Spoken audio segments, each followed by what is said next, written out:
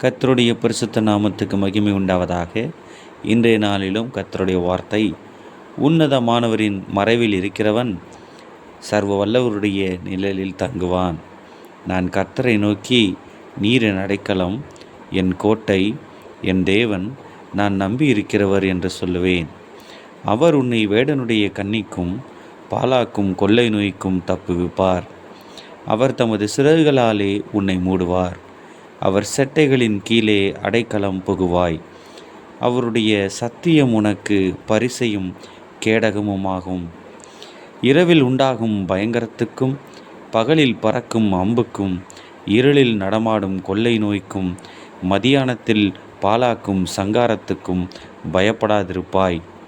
உன் பக்கத்தில் 1000 பேரும் உன் வலதுபுறத்தில் 10,000 பேர் விழுந்தாலும் அது உன்னை அணுகாது. உன் கண்களால் மாத்திரம் நீ அதை பார்த்து துன்மார்க்கருக்கு வரும் பலனை காண்பாய்.